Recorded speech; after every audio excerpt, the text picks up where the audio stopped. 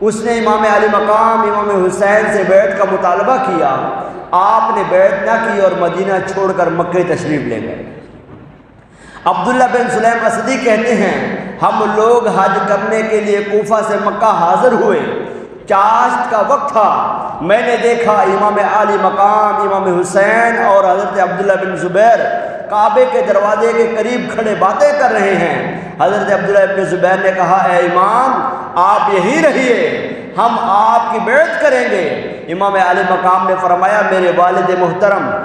مولا علی شیر خدا نے مجھے حدیث سنائی تھی کہ ایک مینڈا ہوگا جو کعبے کی حرمت کو پامال کرے گا، اسے یہاں قتل کر دیا جائے گا، میں یہاں رہ کر وہ مینڈا نہیں بننا چاہتا۔ مطلب یہ تھا